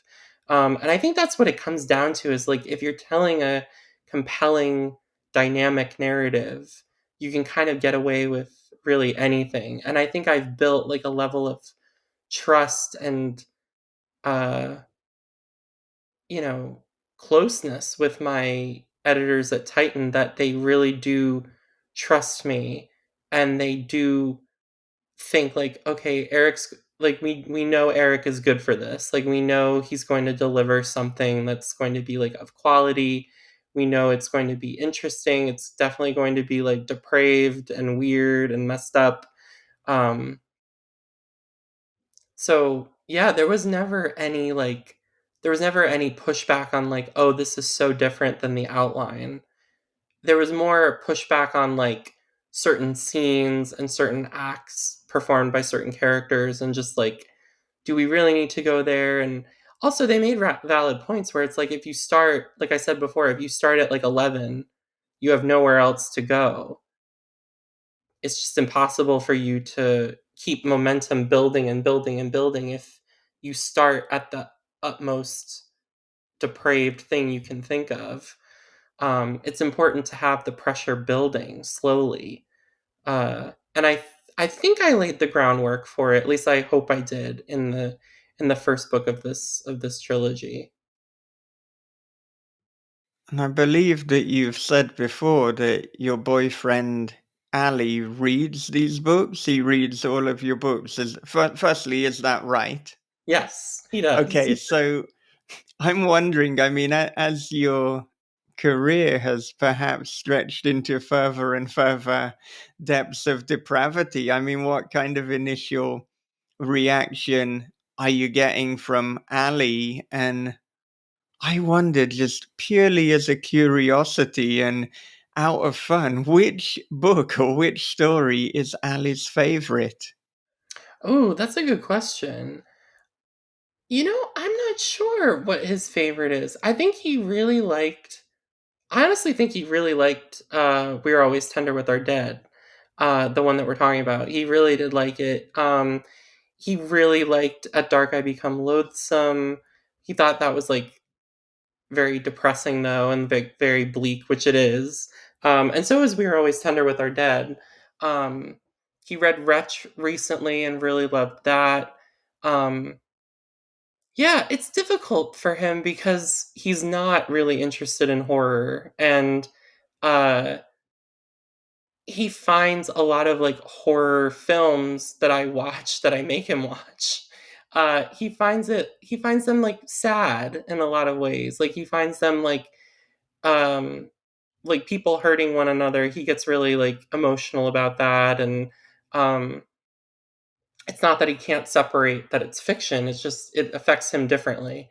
um so that with that in mind, like I do try to watch a lot of the films that I like to watch, like when he's at work or when he's like out of the house, just because like I don't want to like upset him too much. uh but it's interesting because my work, I feel like, has gotten darker over the years and like more nihilistic and more like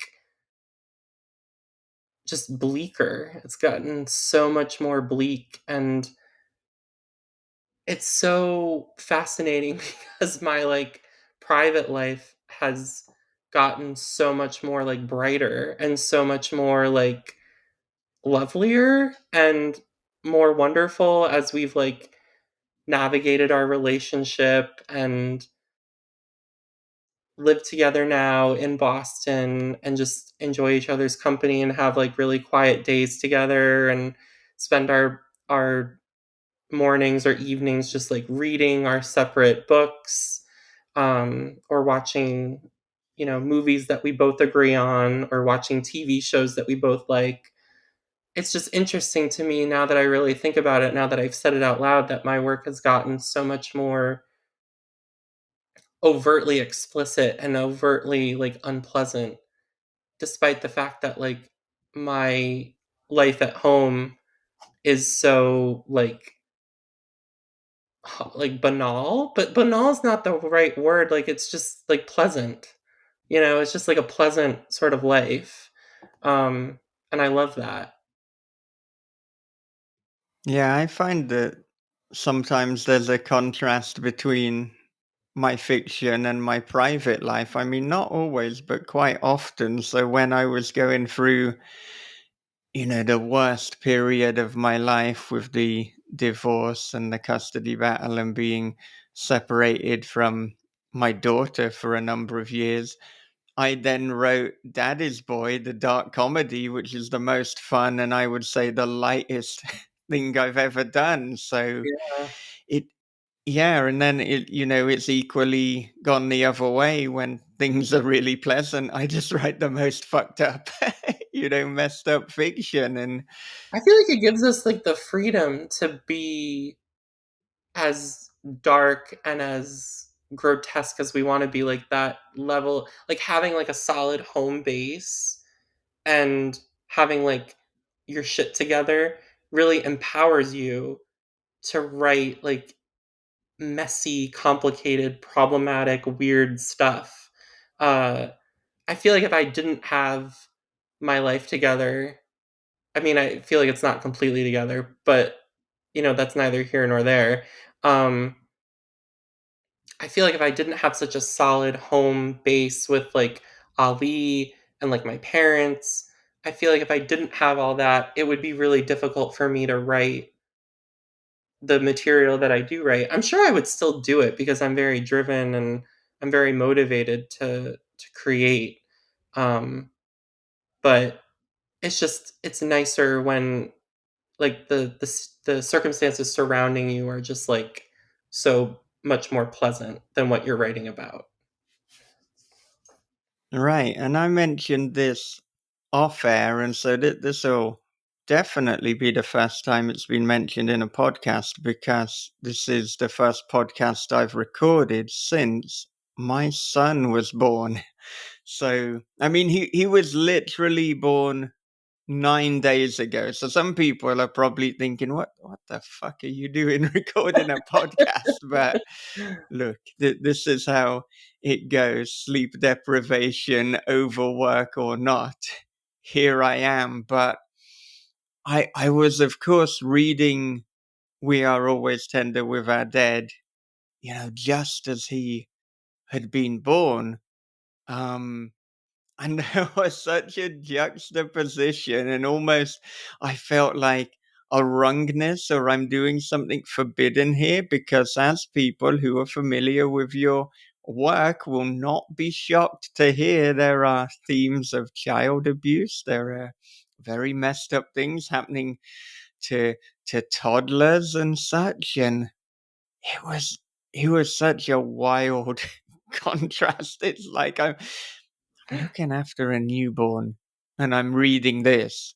You're reading a book by Eric LaRocca. And I feel like I feel like I shouldn't be doing this, but yet these two elements of my life are coexisting, and I don't know, it was just fascinating that the timing worked out, that he's been born and I'm reading Burnt Sparrow, and that those things were never meant to happen. I mean, I said to you, he was born just under a month earlier, so the schedule was Burnt Sparrow was meant to have been read, Yeah. and then he was born later.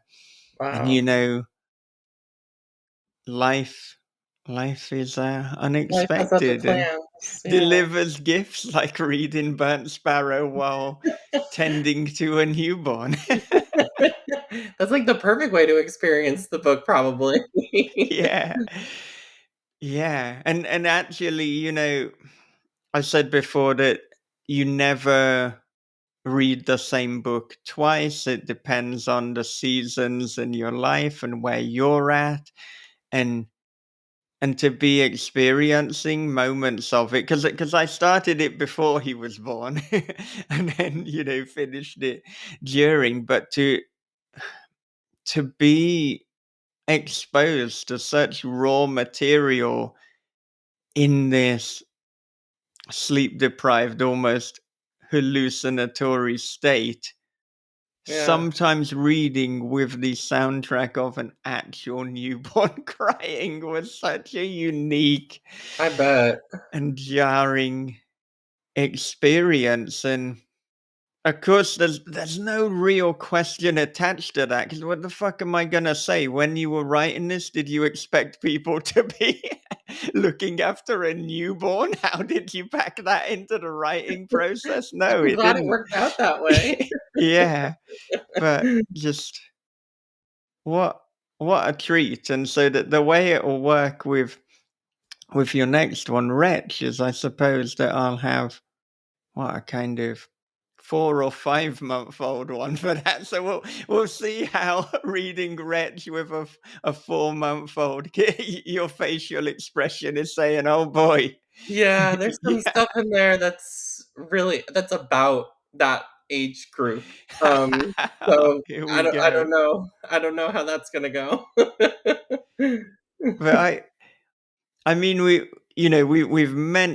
alluded to Wretch, and of course, we did say at the start of the conversation, Chuck Palahniuk giving you a blurb for it. You said that throughout your career, a lot of it has been trying to get Chuck's attention.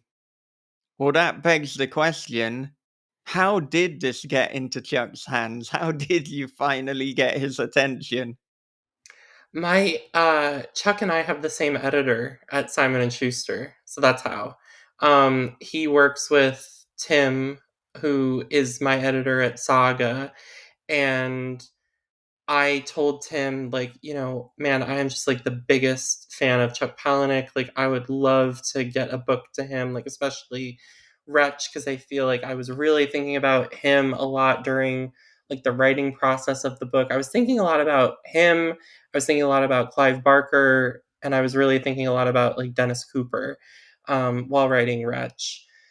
So Tim very graciously sent a copy to Chuck, and it just worked out that we caught him at the right moment, the right time frame, and he was able to read it and give a really stellar endorsement for it.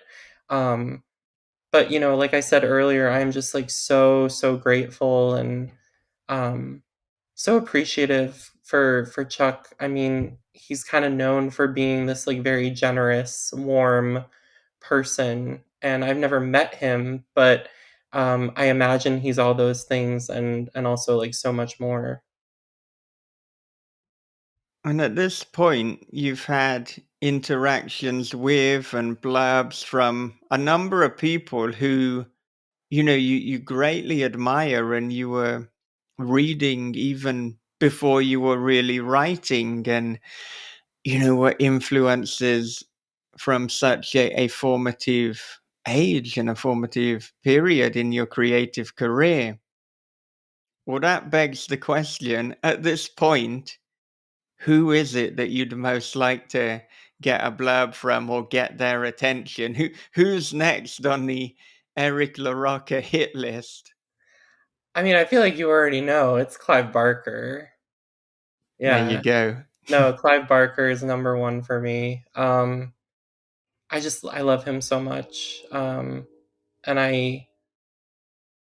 I've read so many of his books. I've read so many of his short stories, and his writing really shaped me in a lot of ways and defined me and defined my like imagination and how I wanted to like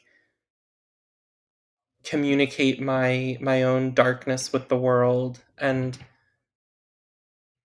I think about him daily. Like it's unhealthy the amount of the amount of times I think about him. Um, but I just look at him like a beacon of light and of hope. His fiction just means the world to me. That being said, like I don't I was kind of joking when I was saying like, like I've spent my whole career trying to get this person's attention. Like I spend my career like writing and creating and hoping that it resonates with readers, and that's what I want most of all. But it is very rewarding and it is very gratifying when like a legend like Chuck Palahniuk or maybe Clive Barker one day when they interact with something that you've written, some of the art that you've created, and they're like, "Oh, this speaks to me too." Like it's just that special moment between two creators. Uh that's just like it's so rewarding when you pass your art that was inspired by this one person and they kind of validate it for you. There's nothing quite like it. Well, we are coming to the end of our time together, but I mean, the next time we get together, it will probably be to discuss Wretch. So, on that basis, I'd love it if you could almost give our listeners and viewers a bit of a teaser in terms of what to expect. And, you can take that as broadly as you like. If you want to talk about, well, here's a text that it's in conversation with. If you want to tell us, which of your other books it might be most for fans of, or if you just simply want to give us a few lines, but what can you tell us to whet our appetite for Wretch and to ensure that people pre-order it as soon as that is available? Wretch for me feels in a lot of ways like a rebirth and like a reset. Um, I am obviously kind of well known for like the transgressive and like the extreme and the depravity and the brutality, but Wretch operates kind of in a different space. When Chuck Palahniuk read the book, he mentioned a literary novel called A Single Man by Isherwood, and it's a very famous queer novel about a man who loses his husband and his decision to commit suicide and his life over the course of 24 hours. Like the book sort of chronicles that. So it's a literary novel, it's not a horror novel at all. And Chuck, the book Wretch, like really reminded him of this book, called The Single Man. And we're really hoping that the release of Wretch is not only embraced by horror readers, but is embraced by literary readers as well as the horror fans that I've kind of accumulated over the past few years. Um, it's a much more like somber, reflective book. It's much more introspective. It's a first person narrative, following this one man very closely, and his descent into this netherworld of suffering and pain and loneliness. Um, and I actually dedicated the book to Clive Barker, because, like I said, Clive has shaped my whole being in a lot of ways and made me feel empowered and capable of writing horror fiction when I felt so insecure about it, when I felt like it was a dirty word, when I felt like it wasn't something that I should commit my whole existence to. He made everything seem possible. So I really wanted to dedicate the book to him. Um, but there are obviously very graphic body horror elements in the book, but it is a slower story. It's a very slow burn. Um, I kind of like to describe it as like an A24 movie, because it has that vibe. It has that vibe of like, It Only Comes at Night. I think that's the title of the film. Uh, it comes, yeah, something like that. It was like from 2017. That film, it has the vibe of like, um, The Witch a little bit. Just those like really bleak, somber films. This book kind of has that same sort of aesthetic and that same sort of like narrative drive. Um, but it does feel like a reset for me in a lot of ways because it's not as like vicious and graphic as my other published works are. It feels a little bit more in line with, if you liked The Trees Grew Because I Bled There, that short story collection. If you really enjoyed those stories, this feels like it's much more in conversation with that sort of book. Um, and then as far as like outside books that it might be similar to, um, I mean, there's so many I could think of, so many I could list. I mean, obviously, like Clive Barker's works, like especially his Books of Blood series, those books, The Dumb House by John Burnside, which is a really excellent, um, just disturbing novel. The Devil's Footprints, also by John Burnside. Um, Yeah, no, it's a very, like, calculated and slow, agonizingly slow descent into one man's suffering, and I'm really excited for readers to pick it up and see what it's all about. Well, I certainly think that the cover art and just the cover presentation in general, it really captures, as you said, that A24 Yeah. horror vibe. Like, there's part of me that wants to say it looks like the thinking man's horror book, but then there's obviously reluctance because then that sounds disparaging to what are we saying that other horror isn't. But there Yeah, is something provocative. There's something, in the films that you mentioned, also, like, I would think Hereditary, that kind of vibe to it. Just yeah. a slow burn, almost philosophical horror to a point. It is very philosophical, yeah. So I can't wait to read that one, and well, I won't have to wait much longer anyway. Yeah, it's coming up very soon, so March 24th, 2026, so, um, definitely check it out if you're looking for, like, interesting, weird horror. All right. Well, where can This Is Horror listeners and viewers connect with you? Yeah, so I'm on Blue Sky and Instagram and Facebook. My Instagram is Eric underscore LaRocca, and Blue Sky is ericlarocca.bsky.social. And then I'm on Facebook, of course. So yeah, people can connect with me there and follow my transgressions. All right. Do you have any final thoughts? Final thoughts. Well, I mean, it's been such a pleasure to chat with you and to talk about another book. It feels like just yesterday we were talking about A Dark I Become Loathsome. So it's really special to be able to chat with you and to share my writing with the world. And um yeah, it's wonderful. I feel really lucky to be able to do this and to have this platform, and I'm so deeply grateful, and I'm always moved whenever I chat with you. I always feel like I see things a little differently after we talk, and I think about my work differently, and I think of myself a little bit more kindly whenever I talk to you. So it's always such a joy.